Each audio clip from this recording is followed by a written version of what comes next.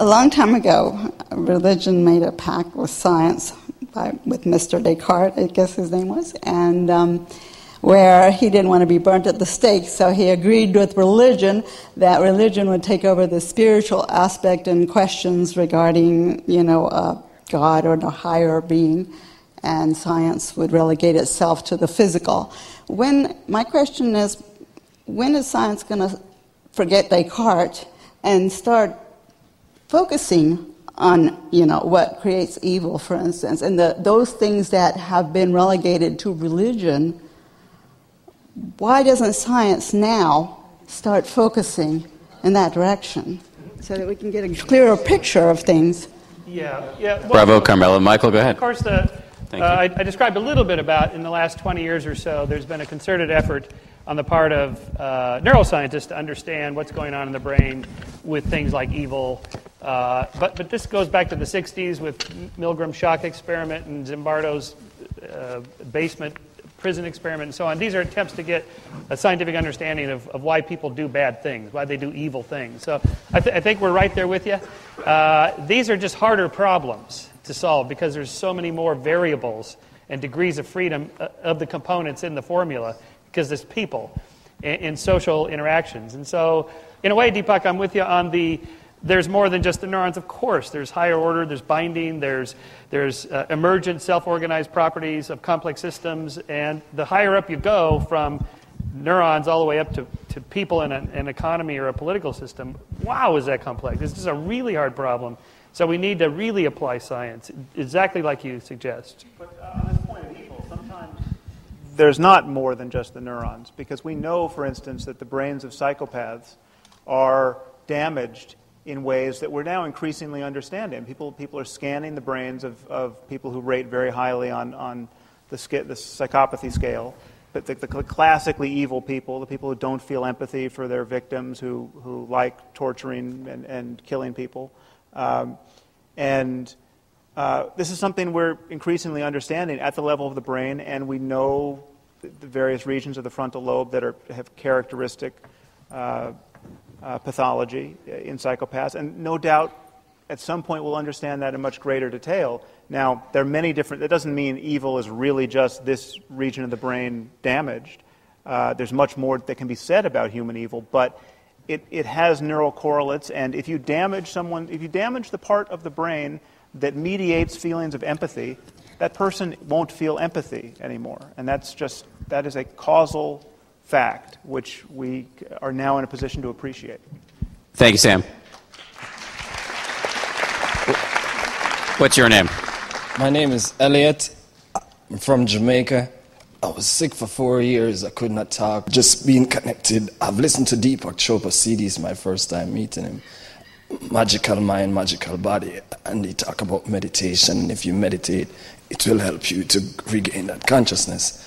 And I did it. These are pictures of when my eyes was closed down. I had to use my hands to open my eyes, and the words would not come out my mouth. And having that experience with the unknown, it's been 2 years now going on since I'm able to talk again and open my eyes without no medication or anything. Just that connection with the unknown. And so what would you say, how can we frame that as a question? No, well, what I'm saying is that the unknown that Deepak talked about, it's real. We all experience it, but you have to have that experience for yourself. And to have that experience, letting go of judgments and resentments will get you in a closer connection to having that experience with the unknown. Thank you. And a lot of people are not aware of the unknown. Well said. Thank you. Thank you very much. So Michael and Sam, how do you respond when you hear a testimonial like that? Well, first let me say I didn't hear it in every detail, but I think I got the sense of it. He was saying he was greatly helped by Deepak's techniques of meditation? Or? Correct. Okay. Well, he was very sick, and that Deepak's meditation helped him. Well, there's no question that if the mind is just what the brain is doing, and again, I say if, I mean, it's possible that there's more to be said about the mind, but if it is just the brain, what the brain is doing, well, then there's no mystery that there's a mind-brain relationship, because it's all the body. So neurophysiology is affecting the functioning of the body on many levels is affecting the immune system. Stress affects the brain. Genes are transcribed in response to stress. I mean, all of this is a system. And some people want to argue that the system is not enough to account for human experience, but the science is very much unwritten and open-ended on that subject, and we simply don't know all the details. But there's no question people have remarkable experiences practicing meditation, changing their moment-to-moment thoughts about themselves. And this, if this is what the brain is doing, and there are many reasons to think that it is what the brain is doing, it of course has changes reflected. So are you saying it's the unknown? It's not necessarily the divine. None of that diminishes. I mean, for instance, the placebo effect. We know the placebo effect for many conditions is really robust. I mean, you can give someone a pill that has absolutely no medical potential in it at all, and they will feel much better. And so it's possible to have one's expectation of medicine really transform the way one feels. And changing biology. Okay, so yeah, that's a potential of the human mind, and it is a potential of the human brain, and we need to understand that. But none of that requires that we pretend to know things we don't know. Thank you. What's your question? My name is Scott. Actually, and this is meant to be an extremely respectful follow-up to Elliot. But the question is for Deepak, and that's that how much do you feel, Deepak, that the extremely lucrative nature of spirituality financially arrests our ability to take into account science in terms of the origins of our universe? Thank you. Thank you. Actually, spirituality is not as lucrative as diabolical science. Diabolical science generates the greatest wealth in the world through the manufacture and trading of weapons of mass destruction. Diabolical science generates research grants that lead to biological warfare, internet hacking, and all the devastation that we are seeing in science. If Sam is a critic of religion, I would say that diabolical science has the capacity to actually destroy the world faster than any religion. Sam, go ahead. Because we still have ancient habits, and we have modern capacities. Sam? So true lucrative science will be the science that actually helps us heal the world. Sam, what do you... Well, again, this is it's a play on words. Whenever you're talking about scientific fundamentalism or diabolical science, we have a problem with technology. Much of our technology can be extremely destructive, and in the wrong hands, and rather often those hands are religious hands.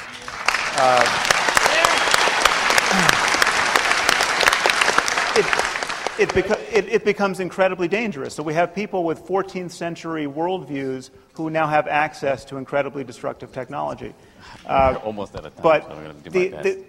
this is the point to take on board. The remedy, there's such a thing as bad science. There's such a thing as scientific fraud. There's such a thing as incomplete science. The remedy for all of those things is more science and better science and further scientific discussion. It is never religion.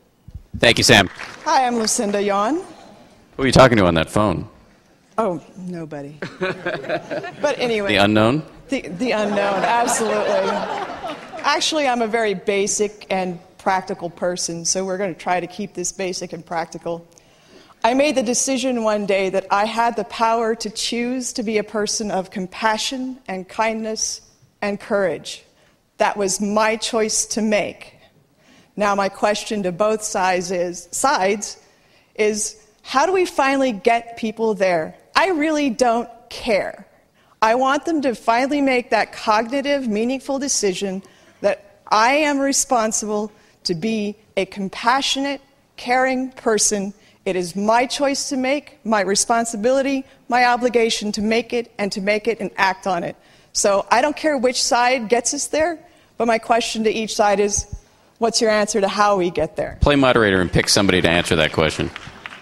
I'll ask... I guess Deepak's doing it. Go ahead. I think how you get there is how you got there, by self-reflection and by asking yourself, am I a conditioned response? Am I a bundle of conditioned reflexes and nerves that is being constantly triggered by people and circumstance into predictable outcomes, in which case you would be a machine? Or am I a conscious being that I can actually choose the actions I choose?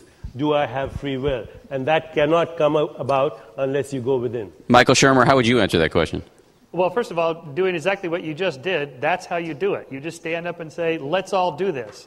I mean, that's how we get things going. So, well, first of all, I'm really thankful to the Skeptic Society to bringing this, perhaps the most engaging conversation on Caltech campus since I've been here. I just wish and request Deepak that if he could return every year so that we can all come and laugh together on laugh together. I didn't say laugh on Deepak. So there were two things. One was that Deepak mentioned that been there, done that when people brought up religion and the bad things which happened, like not progress in women, education, and atrocities, etc. So could Deepak and Jean say now that the religion of past, or the things, the whole organization of God of the past, it was on a bigger picture, perhaps bad or negative? And secondly, they mentioned that we want to bring all the people from art and music, they all together on the same platform so that we can all talk and learn about the unknown. I was just thinking, Deepak keeps bringing quantum mechanics, etc. If you want to do a quantum mechanics experiment, you need, high vacuum, really small structures, and very well-precise conditions. I don't know how a man sitting in a cave in Himalayas, he could possibly come up with that kind of a result or that observation and contribute to that discussion. Deepak, what would you answer? His question basically is, was all religion, if it's been there, done that, was all religion in the past bad? I think the religious experience was an extremely beautiful, lovely experience. It's the kind of experience that is the aha moment, even in science. It's transcendence, it's inspiration. But yes, then it got organized and we went to war. So I would say that organized religion has done a lot of damage. But on the other hand, organized religion has also done a lot of humanitarian work. And if you go across the world, you'll see that there are extremely religious people who have so-called religious beliefs that we would call cultural mythology, but they're doing extraordinary good work. Is our existence an accident? No. If it were truly just randomness and accident and chance, we wouldn't be here, for sure. There are self-organizing emergent properties within the cosmos, and evolution is one of them. So the random mixing up of genes, yeah, that's kind of accidental, but that isn't what evolution is. Evolution is in the selective process and cumulative selection of successful structures that leads to complex organisms. So there is something deeper. Again, we don't have to use fuzzy language to understand it. It's still part of science to say it's self-organized and emergent and have a very clear understanding of what that means. Thank you. Thank you. Appreciate it. Good question. What's your name? My name is Cassie Yan, and organized religion is a reality of today. So my question is, what will happen to organized religion in the future? Well, I don't think religion is going to go away anytime soon, but I do like to take a long time horizon. And that as we continue to expand the circle of sentiments and expand things like liberal democracies and market trade between peoples where, say, the internet, anybody can talk to anybody else anytime for free, they can exchange things without centralized control interfering, that's a good thing. And to the extent that religions get out of the way and let us do that, I think they may just fall into disuse. I was discouraged by the China Google thing. I thought the Google guys would get around that, but it may take a little bit longer than